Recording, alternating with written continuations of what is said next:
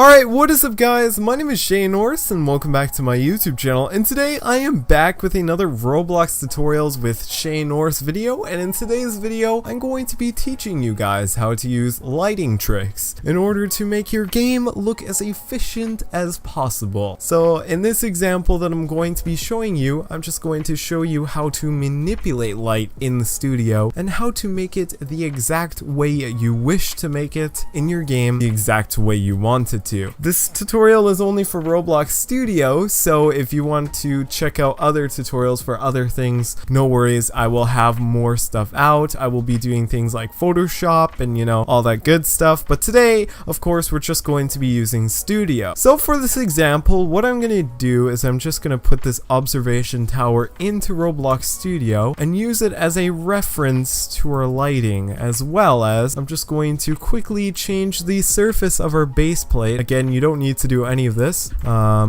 Oh, whoops. The base plate is locked, so... Oh yeah, in order to unlock things, guys, all you have to do is just press unlock all, and then we can change the surface of the base plate to whatever we wish, change its color to green, and make it kind of, grassy here. There we go. So, as you can see, this is going to be our main lighting kind of scene here, where we're gonna take a look at this, and we're gonna see what our environment looks like if we manipulate anything with it specific. So just give me a moment to just quickly put these trees around and we will begin. Alright, so as you can see, we have our trees here and we have our beautiful observation tower. These are awesome models. So what we're going to do, the first thing that we're going to do, and the main thing that we're going to be using in Roblox Studio for today, is our Explorer window. So if you don't already have that open, all you need to do is go to View and make sure that game, or actually it's called Explorer, this thing right here. Make sure that Explorer is selected. If it looks like that, make sure you click it so that you can see it, and none of this matters, so we'll just pull that down right there. And then once you're in Explorer, what you want to do is you want to click on lighting, and as you can see, if you have your properties tab open, and if you don't have this thing open, all you need to do is click on this little thing again by going into View and click properties so that we can see what's kind of going on in our environment. So as you can see, we have many different things here. We have ambient, which basically sets the tone of the overall shading in the studio. So for example, the reason why it's black is because, oh my god, what is going on?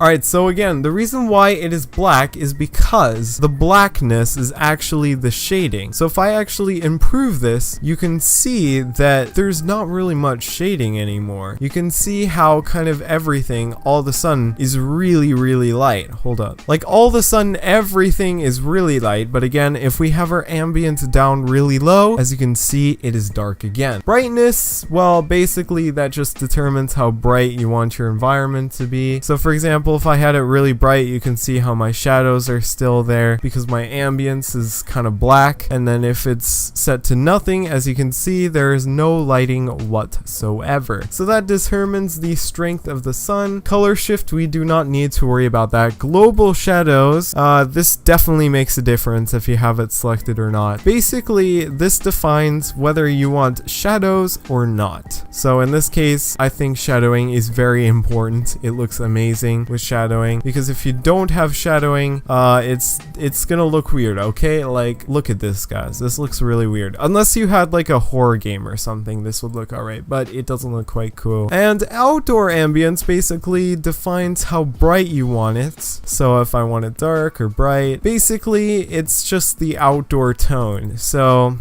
if I had a house and my outdoor ambience was really bright, it would still be kind of dark in that house. But yeah, that's the outdoor ambience as well. And then as you can see, we have outlines, which really, oh crap. What does this do? Oh boy, I've never used outlines before, but apparently it completely changes the texture. So as you can see, outlines, it changes the texture. Legacy and voxel are basically lighting configurations that you can choose. Voxel being the new one and legacy being the old one. I don't really like to worry about that. And then if we go into our data tab here, you can see that we have clock time. So this basically determines the time of day in the game. So if you wanted it to be nighttime, obviously the clock time would be 0, and if you wanted it to be daytime, then you would set it to something like 12, which basically means that it's new when it's 12. And then geographic, we don't need to worry about that. Yep, same thing here. You can change the time by changing the time of day as well. Fog end and fog start. Basically what fog end is let's say I wanted it to be 50. As you can see, all of a sudden everything's foggy, and then you can change the color of the fog. So if I wanted it to be black and scary, as you can see, it is kind of dark and scary. Fog start, this basically shows where the fog is going to start. So if I also had it on 50, as you can see, it creates this very weird kind of weird thing, I guess. But if you had it at 0, as you can see, is kind of blurry a little bit. It looks really nice actually. But if you didn't really want fog in your game, you can just set it to the highest number you can and there will not be anything. Exposure doesn't really matter as well. Those are kind of the main things you can do with lighting by looking at its properties. But what if we wanted to do something a little bit different? What if we wanted to increase the contrast of this scene? Like, I mean, ambient looks very nice, right? I mean, it looks nice, but it doesn't look quite amazing, I guess you could say. Well, thankfully, Roblox decided to add a bunch of lighting configurations that you can actually add. And if you press this little plus thing right here and you scroll all the way down till you see post-processing effects. These are all the effects for lighting that you can add into your environment. So for example, sun rays effect, if we have our graphics quality really high, let me show you for example. So we join the game and then let's say we're having a good time and then we go to our graphics quality here and just increase that. Holy cow, I cannot see where my mouse is. As you can see, if we increase it quite a bit here, we should have this effect right here. So basically it makes the sun really bright. It gives it this really cool effect, honestly. I'm really proud that Roblox actually did this. It looks really cool. But again, if you have it really low and we just get out of here again, you can see that there's no sun ray effect. So that one's only for high graphics quality. But let's say we wanted to add some more stuff. So we click that plus button again. For some reason it's invisible for me. There's another thing called color correction effect. And this one is of particular interest because if we click it here and you have your properties tab open here, you can see that we have a few selections here. So brightness, if we just kind of experiment with brightness, as you can see, our brightest setting would make the entire place white. So if we wanted a nice transition, brightness would look really good. And if we wanted it to be super dark, again, you can go negative too. And contrast, what this does is it kind of makes the colors pop out more. So, well, actually that's saturation, but contrast, it takes the blacks and whites in the studio and it exaggerates it. And then let's say we do this, of course it's all gray because there is no white and there is no black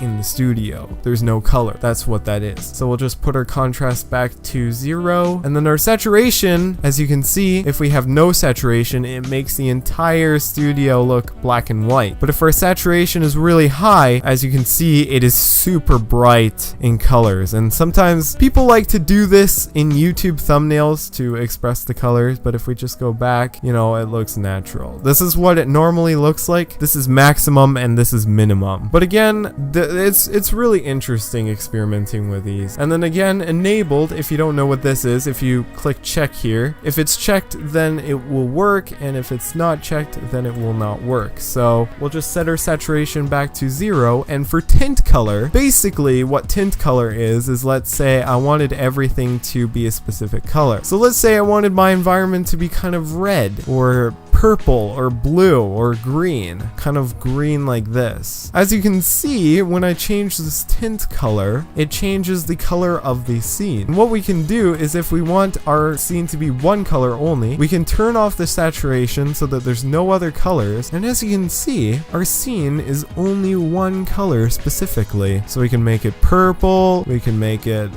pink, we can make it red, we can make it yellow, we can make it green, we can make it blue. Basically what it does is it changes the color of the scene and it makes it the color that you want it to be. And we can even experiment here, like improve the contrast and turn up the brightness to make it look really bright, and turn up the contrast as well. Like, look at that, man. Even this looks really good itself. Like, wow. The whole scene is blue. If we join the game, as you can see, we are completely blue, and everything around us is also blue, which is pretty incredible, guys. So with that being said, again, we're just gonna set this to a default parameter here, and we'll just put all of these to 0. Tint color, put it back to normal, and just press OK. The next thing I want to show you guys is blur. And what blur does, blur effect, is it basically makes everything blurry. So if we add our blur size to maximum here, as you can see, everything is blurry. It kind of creates this Gaussian blur kind of with a bit of pixels. Doesn't look the best, but it is cool. But for a scene, I recommend that you put your blur size to about 3, because what this does is it softens the scene. So let's say we had our blur at something like 4. As you can see, it makes a huge difference. You can see how everything is much softer, the environment is much smoother, just because of what we did with the blur. And usually what I like to do is I like to set our brightness to 0.2, our contrast to 0.4, and our saturation, I like to pull that up a bit. And as you can see, this is a very bright and happy scene, and we'll just decrease the blur to 3. And as you can see, we've got a very nice scene here. And the last and final thing that we have here is, of course, bloom. And if you don't know what bloom is, basically with any bright colors in the studio, so you see how this thing is kind of white. If we play the game and you look at this whiteness here, and we have our graphics quality up a little bit here,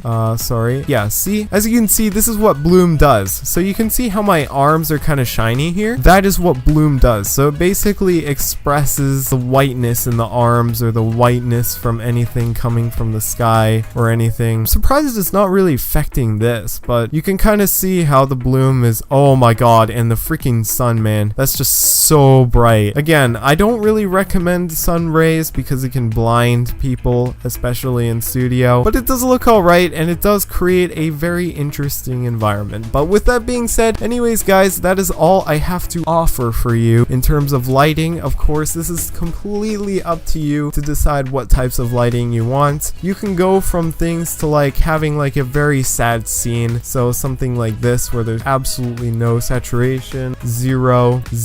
You could have something like this almost that looks very sadistic and dark and scary. So if we actually play it like this, have our blur set to 5, and we play, you know, this is completely different to what we saw before, right? We still have that bloom, and we can even make it dark too. Like if we go back to our lighting, go to time of the day, we can set it to 0, and wow, dude, that is crazy. And then we can set our outdoor ambience and make it a bit lighter so that we can see outside. And then maybe, yeah, we could do something like that. And then we could also do something like this, where our fog end is about 100. And if we play the game, you could just see how much of a difference this is from what we saw before. We went from a happy environment to a terrifying and scary and horrible environment. But either way, again, thank you guys so much for watching this episode of Roblox Tutorials with SheaNorse. If you guys want more of this, I will be making more of this very soon.